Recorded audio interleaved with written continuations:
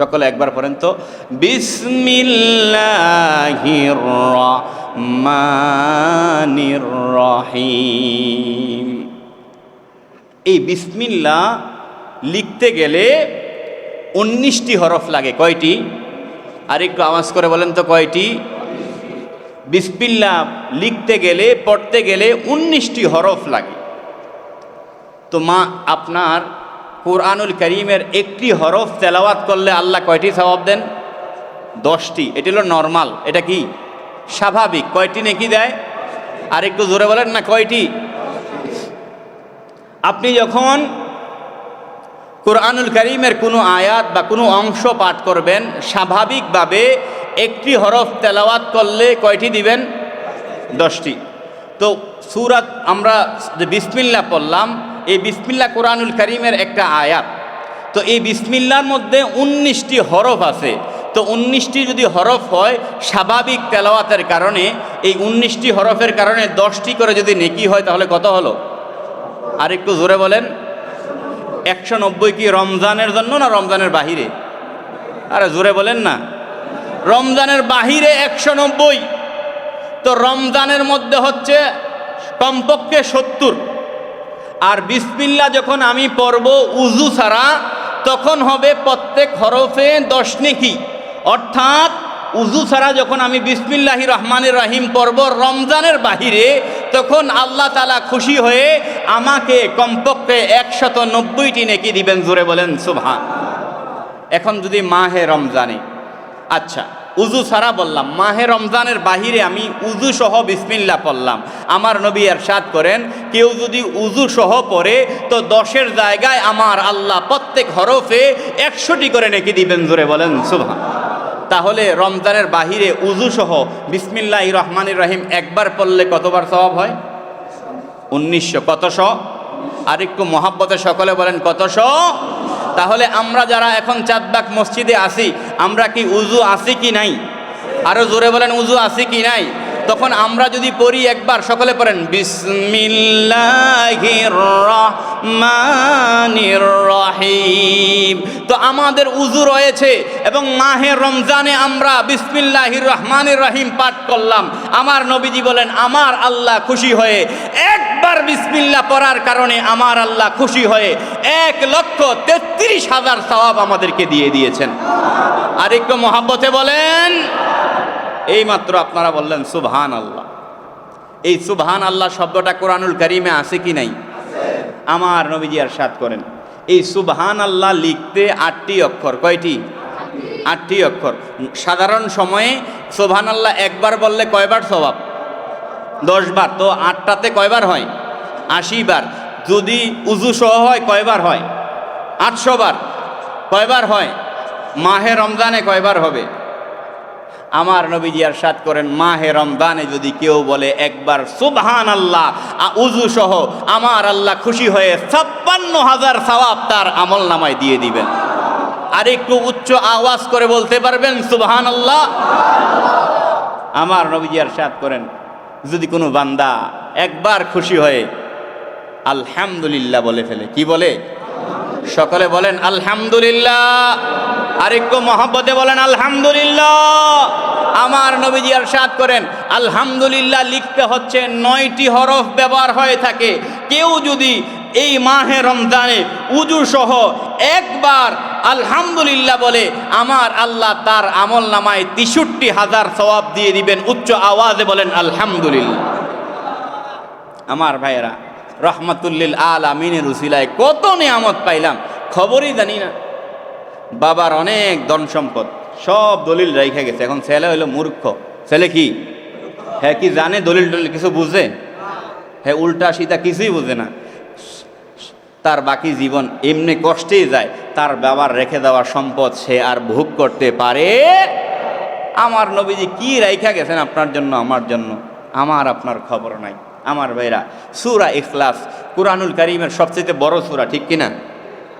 বড় সূরা। বড় সূরা কোনটা?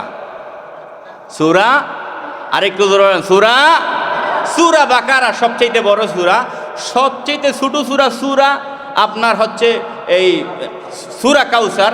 এই কাউসার অর্থাৎ ছোটোর মধ্যে আবার দ্বিতীয় যেটা কাউসার থেকে একটু বড় যেটা, এটার নাম হচ্ছে সূরা, আর একটু জোরে বলেন সূরা ইখলাস লিখতে আমার আল্লাহ তাআলা কোরআনুল কারীমের 47টি অক্ষর লাগে। কয়টি? হরফ, অক্ষর না, মানে হরফ মানে কি আলিফ বা, এটি হরফ। তো কোরআনুল কারীমের সূরা ইখলাস লিখতে 47টি অক্ষর লাগে, হরফ লাগে। তো আমার আল্লাহ নবীজি ইরশাদ করেন, কেউ যদি এই সূরা ইখলাস একবার তেলাওয়াত করে রমজানের বাহিরে, আমার আল্লাহ 470টা নেকি দিবেন উযু ছাড়া করলে, আর উযু সহ করলে 4700 দিবেন। আর যদি মাহে রমজানে একবার সূরাতুত তাওহীদ মানে সূরা ইখলাস পাঠ করে, আমার আল্লাহ খুশি হয়ে সেই বান্দার আমল নামায় 3,29,000 সওয়াব দিয়ে দিবেন। জোরে বলেন সুবহান। সকলে পড়ে আউযু বিল্লাহি মিনাশ শাইতানির রাজিম, বিসমিল্লাহির রহমানির রহিম, কুল হুয়াল্লাহু আহাদ, আল্লাহুস সামাদ, লাম ইয়ালিদ ওয়া লাম ইউলাদ ওয়া লাম ইয়াকুল লাহু কুফুয়ান আহাদ। সকলে বলেন আলহামদুলিল্লাহ। আমি শুধু আপনাকে একটু সোর্স দিলাম, আমি শুধু একটু দেখাইলাম আপনাকে যে এই পরিমাণ সওয়াবের রাজ্য এখন চলতেছে এই মাহে রমজানে।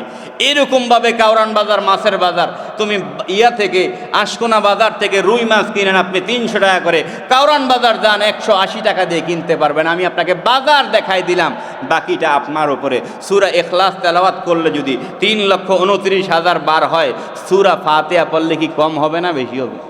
আর একটু আওয়াজ করে বলেন। অতএব ভাই, এটা নেকির বাজার। এটা কিসের বাজার? কথা আছে, সস্তা পাইয়া ব্যবসা করো, সস্তা পাইয়া বস্তা বড়, সিজন বুঝিয়া ব্যবসা করো। কথা কি সত্য না মিথ্যা? সস্তা হইলে আমরা খাই কম না বেশি? দাম হইলে স্বর্ণের দাম বেশি না কম? সবার ঘরে আছে লবণ? সবার ঘরে আছে? আছে। অতএব আমি আপনাকে একটু টাচ দিলাম যে আপনি ইবাদতের রাজ্যে আছেন, যেখানেই যান সুবহানাল্লাহ, আলহামদুলিল্লাহ, আল্লাহু আকবার, দুরূদ শরীফ, কোরআন তেলাওয়াত, যেইটা পারেন। তো 30 পারা পড়তে হবে এমন না, আপনি যেইটাই পারেন আপনি তেলাওয়াত করবেন। আপনাকে সর্বনিম্ন কথা হয়েছে 70 দিবে।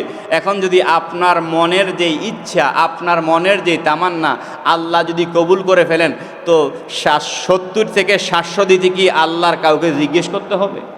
জোরে বলেন, করতে হবে। অতএব ভাইয়েরা, আসুন আমলের দিকে আমরা হাত বাড়াই। আমরা শেষ করছি আমাদের কথা। নবীজি ইরশাদ করেন, আম্মাজান মা আয়েশা থেকে, আন আয়েশা রাদিয়াল্লাহু তাআলা আনহা আন্না নবী সাল্লাল্লাহু তাআলা আলাইহি ওয়াসাল্লাম কানা ইয়াতাকিফু আশরাল আওয়াখির মিন রমাদানা হাত্তা তাওয়াফাহুল্লাহ সুম্মা তাকাফা আজওয়াজুহু মিন বাদি। শেষ কথা হলো, আমার আম্মাজান মা আয়েশা সিদ্দিকা রাদিয়াল্লাহু তাআলা আনহা থেকে বর্ণিত, তিনি ইরশাদ করেন, রাহমাতুল্লিল আলামিন নবীজির উপরে যখন রোজা ফরজ হয়েছে, সেই রোজা ফরজ থেকে ইন্তেকালের উফাতের আগ পর্যন্ত যত বছর মাহে রমজান পেয়েছে, আমার নবীজি শেষের 10 দিন অর্থাৎ এই 21 রমজান থেকে চাঁদ ওঠার আগ পর্যন্ত আমার নবীজি ইতিকাফ করেছেন জামে মসজিদে। জোরে বলেন সুবহানাল্লাহ। আর একটু মহব্বতে বলেন। অতএব আল্লাহর নবীজি যেটা করেছেন এটা দামি না কম দামি? আল্লাহর নবীজি যেটা করেছেন দামি না কম দামি? আমরা অনুরোধ করব, আমাদের যারা স্কুল কলেজ ইউনিভার্সিটির ভাইয়েরা রয়েছেন, আপনাদের এখন টোটালি এডুকেশন সিস্টেম বন্ধ রয়েছে, আপনারাও ইতিকাফ করতে পারেন। বুড়া মানুষ দাড়ি পাইকা গেছে, উনি ইতিকাফ করবে, এটা কোনো কথা না। তো আমাদের মসজিদে এই বছর ইতিকাফ করার জন্য কারা কারা নিয়ত করেছেন একটু হাত তোলেন।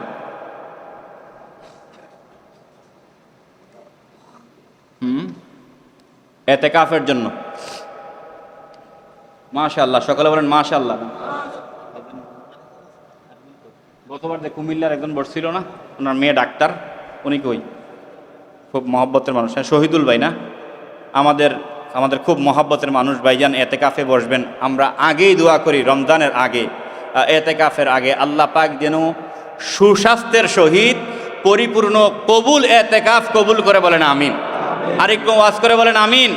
আমাদের শহীদুল ভাইও বসবে, আল্লাহ যেন রহমাতুল্লিল আলামিন নবীজি যেভাবে এতেকাফ করেছেন সেভাবে এতেকাফ করে আল্লাহর নবীজির এই সুন্নতকে আদায় করার মাধ্যমে ওনারা যেই কাজ করবেন হাসরের ময়দানে যেন নবীজির পিছনে পিছনে এতেকাফকারীরা থাকতে পারে, দোয়া করেন আমিন। আর কেউ আছে? হ্যাঁ, এনামুল হক সাহেব।